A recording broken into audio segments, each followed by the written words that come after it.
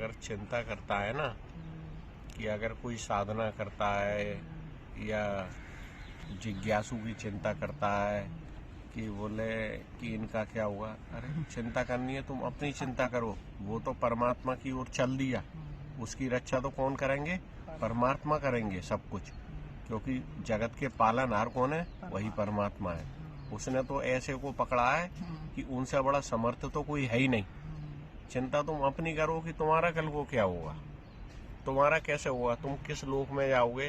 क्योंकि आज जिसको तुम अपना मान रहे हो कि हमारा देह अपना है, देह के संबंधी बंधु बांधव अपने हैं, और क्या कहते हैं ये संपदा हमारी है, ये तुम्हारी अपनी है ही नहीं, और तुम इसे मान रहे हो अपना, तो तुमसे बड़ा मूर्ख कोई है ही नहीं। ये ना पहले तुम्हारी थी और ना बाद में तुम्हारी रहेगी, और मध्य में तुम इसे अपना अपना कह रहे हो, मेरा मेरा कह रहे हो। और जिस शरीर को तुम मैं कह रहे हो वो शरीर भी तुम्हारा ना तो मैं और ना मेरा है। मेरा एक बार को मान सकते हो, मैं भी नहीं है। और तुम उस संपदा से तुम अपने आप को सर्वश्रेष्ठ समझते हो, वो सब छूटने वाला है तुम्हारा। और जो जिज्ञासु है, जो परमात्मा के लिए चल दिया, उसके तो परमात्मा कहते हैं जो मेरे को पूछता है उसका तो मैं हर पल हर क्षण उसका ध्यान रखता हूँ, उसके पीछे रहता हूँ, सर्वयोग क्षेम वहम। तो उसको चिंता करने की जरूरत है। जो परमात्मा के आश्रित हो गया वो क्यों चिंता करे? एक लड़की है, ठीक है, भले ही वो 8 साल की है ना, और उसका बाप करोड़पति है। अब उसको चिंता करने की जरूरत है मेरा क्या होगा? वो चिंता करेगी क्या जिसका बाप करोड़पति हो? और जिसने अपने बाप परमात्मा को मान लिया है, वो तो सारे करोड़पति क्या, अरबपति क्या, वो तो इतना समर्थ है, उसके लिए तो कुछ भी असंभव नहीं है, सब कुछ संभव है। तो जिसने उस परमात्मा को अपना मान लिया, सब कुछ मान लिया अपना, जिसका जीवन का उद्देश्य ही परमात्मा हो गया, तो उसको क्या संसार की चिंता करेगा?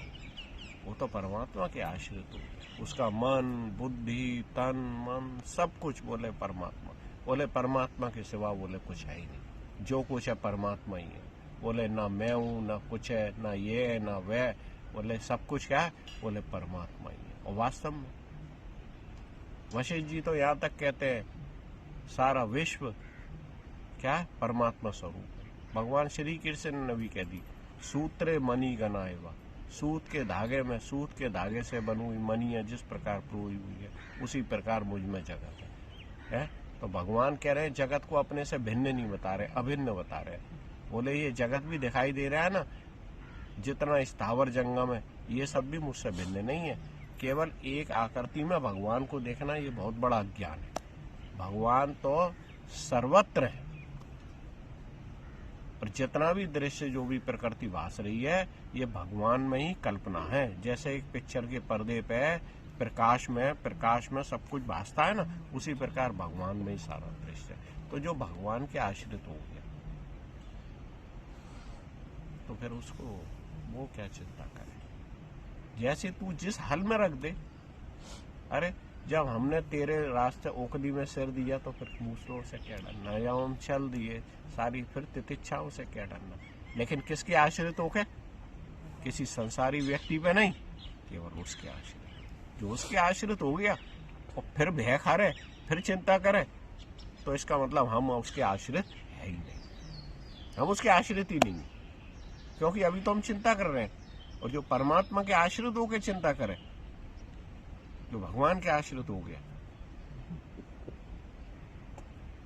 मीरा को देखो, भगवान के आश्रित हो गई, महलों की रानी, गली गली गाने लगी है, तो भगवान के आश्रित हो गए।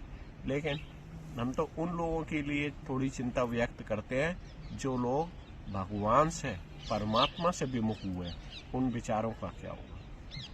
ना उनकी धन संपदा अपनी, ना उनके बंधु बांधव उनके, ना अपने, और यहाँ तक कि उनका अपना शरीर भी कल को पता नहीं है कब हॉस्पिटल में भर्ती कराना पड़ गया है। और उसके बाद जब उनका नाश होगा शरीर का, उसके बाद उनका कहाँ क्या होगा, कहाँ जाएंगे, किस योनि में जाएंगे पता नहीं। 4 पैर वाले में गए, 6 पैर वाले में गए, पंख वाले गए, फिर माता बनाएंगे, फिर पिता बनाएंगे अपने, है क्या पता 4 पैर वाले के पिता बने, वो बच्चे बने, उसी के मालूम पड़ा धन चूस रहे हैं, क्या पता किसी बंदर के उसमें जाओ। उनको अपनी चिंता नहीं है कि हम क्या करेंगे। और जो परमात्मा के आश्रित है उनकी कोई चिंता करे, वो तो उनका चिंता करने वाला कौन है? खुद स्वयं परमात्मा। ये बात हमारे अपने उससे नहीं कह रहे हम, ये बात खुद भगवान ने भागवत में बोलू हुई है। किस में बोलू हुई है? भागवत में बोलू हुई है। अभी पढ़वाएंगे हम। भागवत में बोलू हुई है भगवान ने। उनके तो मैं पीछे पीछे चलता हूँ जो मुझे पूछते हैं। इसलिए भगवान क्या बोले अर्जुन से? तू मेरा पूजन करने वाला है, मन को मुझ में लगा दे। मैं तुझे गोपनीय से भी अति गोपनीय बात एक बार फिर से कहूँगा, क्योंकि तू मेरा अत्यंत प्रिय है, अत्यंत प्रिय है। बोले क्या? कि तू अपने मन को किस में लगा दे? मुझ में लगा। अब जिसने अपने मन को भगवान में लगा दिया वो किसकी चिंता करेगा? किसकी चिंता करेगा? जिसने अपने मन को भगवान में लगा दिया, जो भगवान का जिसने अपने को मान लिया। जो भगवान को अपना मान लेता है ना, मानने वाला भी नहीं रहता, केवल क्या शेष रहते हैं? भगवान ही शेष रह जाते हैं, केवल भगवान शेष रह जाते हैं। इसलिए भगवान का जब आप हो गए, भगवान के लिए चल दिए या भगवान के हो गए, तो फिर किसी बात की चिंता नहीं करनी चाहिए। बोले उसके आश्रित होकर फिर चिंता करें। हमारे जीवन में कितनी कितनी कठिनाई है, हमने उसके ऊपर छोड़ दिया। सब बताया था ना अभी आपको, उसके ऊपर छोड़ दिया, और 2 दिन बाद तो वो प्रकट भी हो गया। और देख लो आज गंगा किनारे बैठे हुए, ये भी सब किसकी? उसी की कृपा है। किससे हुआ? सब वही है। कितनी मौज है, कितना आनंद है, ना कोई संसार की चिंता ना कुछ है, आनंद ही आनंद है, क्योंकि वो आनंद स्वरूप है। तो सृष्टि भी क्या है? आनंद स्वरूप है। आनंद के सिवा कुछ है ही नहीं। और लोग संसार में उस सुख को, उस आनंद को ढूंढने के लिए किस विषयों का सहारा ले रहे हैं। कुछ करके सुखी होना चाहते हैं, कुछ पाके सुखी होना चाहते हैं, और जबकि सुख तो सबका अपना स्वरूप है। सुख आनंद तो सबका अपना स्वरूप है। एक राजा थे और एक थे ब्रह्मज्ञानी बैलगाड़ी वाले, घूरा नाम था उनका, घूरा बैलगाड़ी वाला। और मैं ये सब मौज से बैलगाड़ी बगल में खड़े थे, अपने मौज से बैठे हुए। एक राजा आए, वहाँ के राजा आए, बोले उनको गाड़ी वालों को कहते हैं, बोले महाराज मुझे सुख का पता बता दो। अपने सैनिक साथ सज्जा के साथ आए। तो बैलगाड़ी वाला बोला, वो घूरा, बोले जा राजा जा। बोले जा। बोले हमारे पे नहीं है समय। ऐसे वो 2 बार 3 बार आए अपने सैनिकों, उसे भगा दिया राजा को। उन्होंने वो जो ज्ञानवान गाड़ी वाले थे।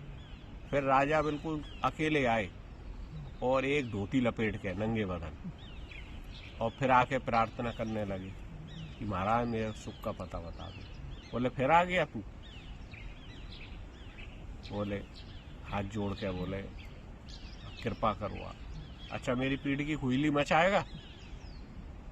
बोले हाँ महाराज। बोले पहले ही अपने अहंकार को छोड़ के आता। अब महाराज कौन है? वो या जो एक राज्य को चलाने वाले, या वो वास्तव में जो तीनों लोगों के जो पाके बैठे हुए हैं, और बाहर से दिख रहे हैं कि इनके पास कुछ भी नहीं है, लेकिन अंदर से कौन जानता है उन्हें? असली महाराज तो वो है जिनके आगे वो राजा की समझ देखो, वो जानता था हाँ असली में है ये। तो पहले के मनुष्यों में फिर भी बहुत समझ हुआ करती थी। पहले जो राज्य वगैरह चलाते थे हमारे देश में, हमारे देश में ऐसे बहुत से राजा हुए जिन्होंने महापुरुषों को समझा है, जिन्होंने महापुरुषों की कदर करी है, जो महापुरुषों के पास अपने राजपाट का भी त्याग करके इसे इतना ऊंचा हमारे उपनिषदों का, हमारे ब्रह्म विद्या का, जिसको पाने के लिए उन्होंने अपने राजपाट को भी त्याग करके उसको पाने का, क्योंकि वो भी जानते थे कि ये राज्य तो कुछ क्षण के लिए है। ये राज्य इसके बाद हमारी क्या गति हुई। आज भी अगर कोई धनी व्यक्ति आज के समय अगर मंदिरों में इधर जाओ उस मंदिर में जा, तो वो जाते हैं ना, इसी भय के लिए जाते हैं, इसी भय के साथ जाते हैं कि हमें कहीं हमारी दुर्गति ना हुआ। ठीक है, पुण्य मिलता है, अच्छे लोगों में चले आएंगे, लेकिन फिर भी अच्छे लोगों पे जाने के बाद भी फिर नीचे के लोगों में भी आना पड़ता है, कभी इस लोक में कभी उस लोक में। लेकिन ये परमानेंट उपाय कदापि नहीं।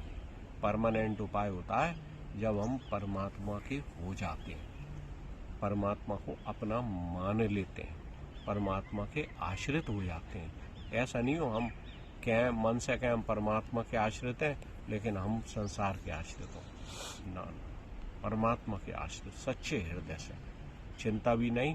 बोले अब हम परमात्मा के आश्रित हैं, बोले वो ही है सब कुछ। जिसने सच्चे हृदय से परमात्मा का आश्रित हुआ, सच्चे हृदय से जिसने परमात्मा की शरण ली, हमारा पूर्ण विश्वास है परमात्मा उसके लिए साक्षात प्रकट तक हो जाते हैं, किसी भी रूप में प्रकट हो जाते हैं, साकार रूप में प्रकट हो जाते हैं। उड़िया बाबा बैठे हुए हैं जंगल में, 2 बालक आ गए, बाबा बाबा कुछ खाओ।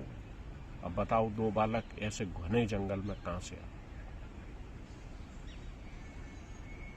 राम तीर्थ बैठे हुए हैं नदी गंगा के पास बैठे हुए, वहां पे राम तीर्थ का नियम था, हमने सुना है सत्संग में, पहले जब हम सुनते थे, बोले उनका समय 4 बजे था, तो 4 बजे कोई ना कोई भोजन लेकर प्रस्तुत हो जाता, अपने आप ऐसी व्यवस्था। और आज के समय तो चलो ऐसा नहीं,